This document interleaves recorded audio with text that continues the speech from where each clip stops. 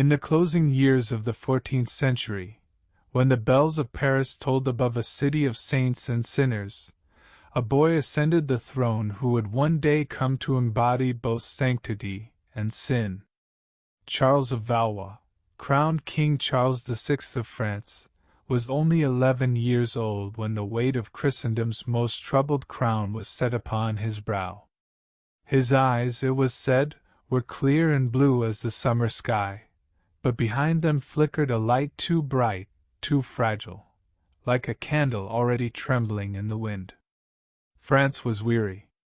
The 100 Years' War had drained her coffers and broken her spirit. Yet for a brief, golden dawn, young Charles seemed destined to restore what his father, Charles V, the Wise, had secured. The boy king's early reign, guided by capable ministers, brought a fragile peace and hope to the people. But as adolescence ripened into manhood, shadows began to gather around the court, and around the mind of the king himself. The first signs were small, almost tender, long silences at council, sudden bursts of laughter at nothing at all, sleepless nights pacing through tapestried corridors. Chroniclers described him as a youth of fine presence and noble temper, yet increasingly subject to visions and fits of trembling. When the plague swept through Paris, Charles spent days locked in prayer, weeping, convinced he had brought divine punishment upon his realm. The physicians called it melancholia. The priests called it possession. No one called it what it truly was, a mind fracturing under the pressure of a crown too heavy for mortal bone. The break came suddenly, like the snap of a bowstring. In the summer of 1392, during a campaign in Brittany, Charles rode with his knights through a sun-baked forest. A ragged figure leapt from the trees, shouting, "Turn back, noble king! You are betrayed!" The man was seized, but the words had struck something deep within the monarch. Hours later, as the company rode on, Charles's gaze went glassy. Without warning, he spurred his horse and drew his sword. Screaming, he fell upon his own men, slashing wildly. Several were cut down before he was restrained. When the frenzy passed, he stared at their bloodied faces and asked, in a child's voice, "Who are these men? Why are you weeping?" The King of France had gone mad. Madness in a peasant is a private sorrow. Madness in a king becomes the ruin of nations. Charles was carried back to Paris in a state of collapse. For weeks he could not recognize his wife, his children, or his own name. He raged at mirrors, claiming the face within was an impostor. Then came the delusion that would define his reign. He believed himself made entirely of glass. Courtiers were forbidden to touch him.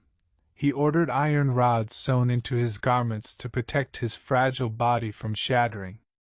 Servants padded the walls of his chambers with cloths so he might not break upon them. "Be gentle," he would whisper to the attendants who bowed before him. "You hold the King of France. He may splinter like a cup." The palace of the Louvre, once the heart of medieval majesty, became a kind of gilded asylum. Ministers tiptoed through its echoing halls, terrified of a monarch who could one day bless them and the next try to kill them. When lucid, Charles spoke sweetly, apologetically, as though aware of the monster inside him.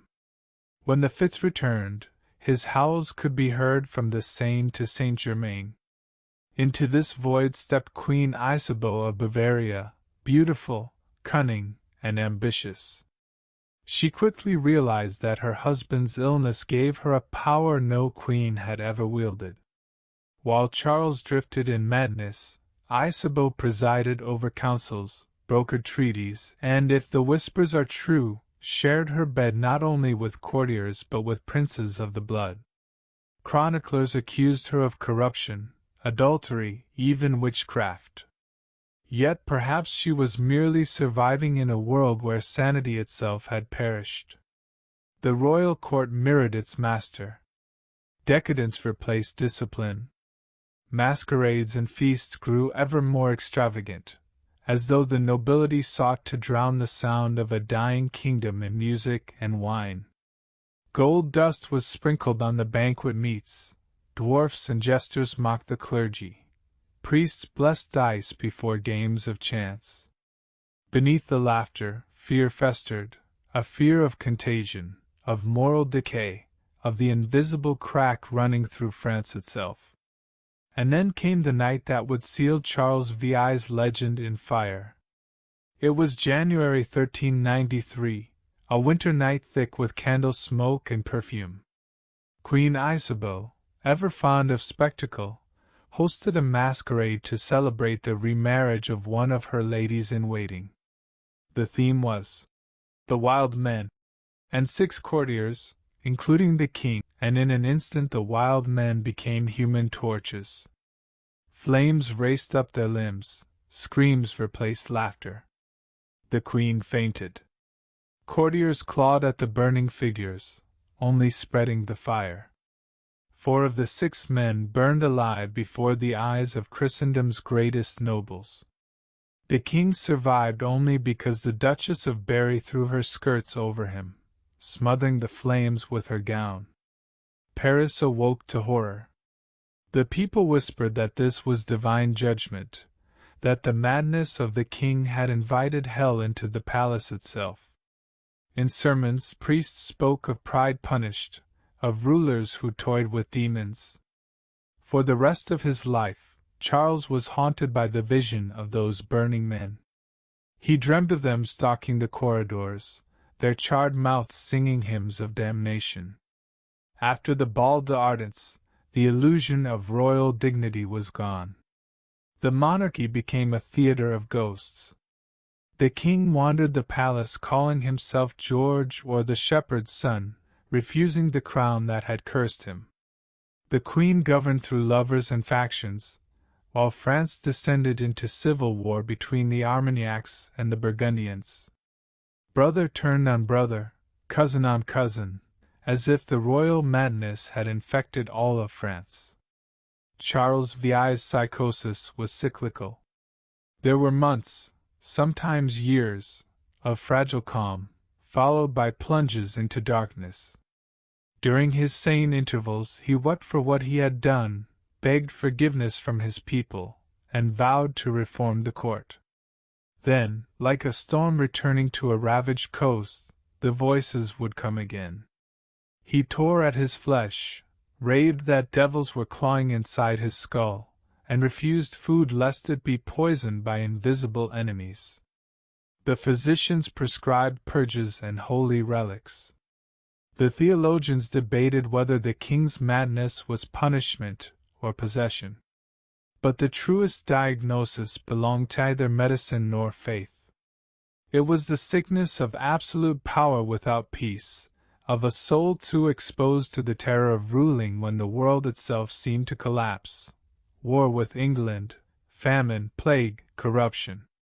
The king had become a mirror of his age, cracked, distorted, reflecting beauty and horror in equal measure. For the people of France, the madness of their ruler blurred the boundary between the divine and the grotesque. In his delusion of glass, they saw their own fragility. In his violent rages, their own rage at endless war. In his childlike apologies, the faint hope that somewhere beneath the crown still lived a human heart. When the English invaded again, the French nobility, divided and decadent, could no longer resist. The Treaty of Troyes in 1420, signed under Isabeau's regency, recognized Henry V of England as heir to the French throne, disinheriting Charles's own son. It was the ultimate humiliation, the kingdom of St. Louis traded away by a madman and a queen whispered to be faithless. By 1422, Charles VI was a ghost of himself. His once bright eyes were dim, his body wasted, his mind lost in visions of angels and shards of glass. He spent his last months wandering through the royal gardens, speaking softly to trees and fountains. Servants said he believed they were his children, that he could hear them sing. On October 21, 1422, the Glass King finally shattered. The chronicles record no final words, only a stillness after years of turmoil. He was buried in St. Denis beside ancestors whose names he had long forgotten. His death marked not an ending, but an eclipse. France lay half-conquered, her people broken, her monarchy a memory. Yet even madness leaves a legacy. To later generations, Charles VI became a cautionary legend, the ruler who revealed the soul of medieval Europe in its dying century, devout yet decadent, splendid yet diseased. His reign was not merely a tragedy of the mind but of civilization itself, when faith turned to superstition and power to delirium. Modern historians and psychologists have tried to give name to what medieval men could not. Bipolar disorder, schizophrenia, porphyria, each diagnosis offers a mirror, but none captures the totality of his suffering. For Charles, madness was not an illness to be cured. It was a symbol of divine testing, of human vulnerability, of the terror that lies within the crown. The glass delusion that defined him was rare but not unique. Across Europe, nobles and scholars shared the same fear, that their bodies were made of fragile material, that the soul itself had become transparent. In an age obsessed with mirrors, reflections, and confession, glass was the perfect metaphor. It was the medium of revelation and exposure, purity and peril. In believing himself glass, Charles VI was perhaps expressing the deepest anxiety of his age, the fear that the human spirit, once thought eternal, could break. After his death, poets and chroniclers could not forget the image of the Glass King. They wrote of him not with scorn but with pity. The Chronique de Saint Denis calls him a prince unfortunate, more sinned against than sinning. Later, Shakespeare would echo his tragedy in the mad kings of his plays, Lear, Hamlet, Richard II, all heirs of Charles's fragile majesty. The French monarchy eventually rose again under his grandson, Charles VII, the king redeemed by Joan of Arc. Yet even in that triumph, the shadow of the mad king lingered. His ghost, it was said, haunted the corridors of the Louvre, whispering to the new monarchs, "Remember how easily a crown can crack." To speak of Charles VI is to confront the paradox of medieval power.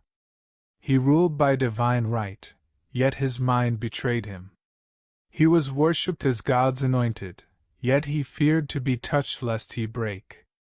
His reign reminds us that history is not made only of heroes and conquests, but of frailty, of the trembling line between order and chaos that every civilization must walk. In the silence after his death, when the last bells of St. Denis faded, France stood before a mirror of its own making. There, in the reflection of that broken glass, it saw itself, not a kingdom of glory, but a soul tested by madness, cruelty, and endurance. And somewhere, in the cracked light of history, the Glass King still walks, fragile, luminous, and terribly human.